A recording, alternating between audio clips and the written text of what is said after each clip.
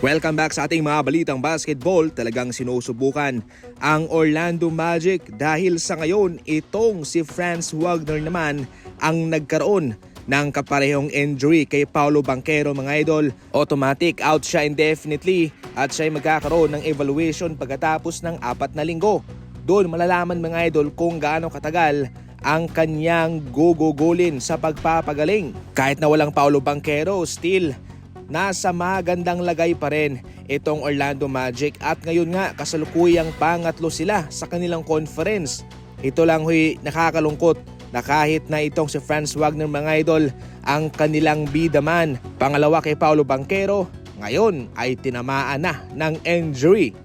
Patuloy lang sa ngayon ang pangangat ng Cleveland Cavaliers at ngayon ibang pangalan naman ang tumulong sa kanila. Itong kanilang manalarong sa Evan Mobley na tumala ng kanyang career high points, 41 points, 10 rebounds, 3 blocks at nakapukol pa ng 6 na 3. Sa puntong yan ay kanyang sinamahan mga idol si Kevin Durant sa mga natatanging manlalaro sa edad pababa 25 years old na kumamada ng 40 puntos mahigit, 10 rebounds mahigit, 3 blocks mahigit at 5 3 mahigit sa isang laban.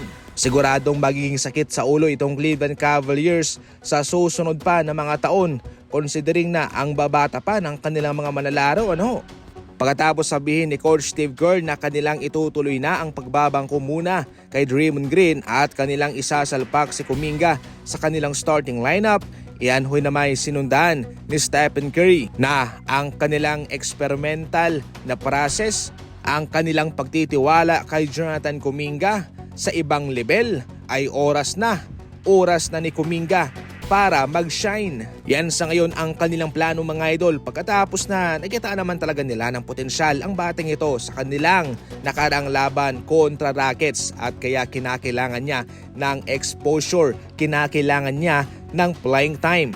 Si Draymond Green dito ang magsasakripisyo mga idol at bilang isang core player ng Golden State at isang veterano, yan naman ang nararapat niyang gawin. Ayon kay Coach Steve Kerr, kanyang ipapartner si Andrew Wiggins kay Kuminga kasama si Kevon Looney mga idol. Sa punto ngayon ng career ni LeBron ay wala na siyang dapat pang patunayan pa. Actually mga idol, ayon pa sa kanyang post-game interview, siya ay masaya na kahit sa kanyang edad ngayon ay nakakalaro pa rin siya sa larong gusto niya. Magiging 40 years old na mga idol si LeBron sa December 30. Ang pagkakataong ito ay napakahalaga sa kanya at pambihira lamang dahil sa mga edad na yan ay yung ibang mga manlalaro ay nagre-retiro na. Pero ngayon mga idol, siya ay nakapaglalaro pa rin at malaki na ang kanyang pasasalamat dyan. Pero dahil nga raw sa kanyang bilang na lang na panahon sa NBA ay siguradong magtatapos na rin naman daw ang kanyang panahon sa liga. So balit ngayon na siya'y nakakalaro pa rin, yun ang kanyang pinasasalamat. Para sa akin mga idol, appreciate na lang natin dahil syempre wala nang susunod pa na LeBron. Imbis na magbangayan, mag-awayan, i-appreciate na lang natin ang pagkakataong ito mga idol. Yan lang muna sa ngayon ang ating mga balitang basketball and as always, thank you for watching.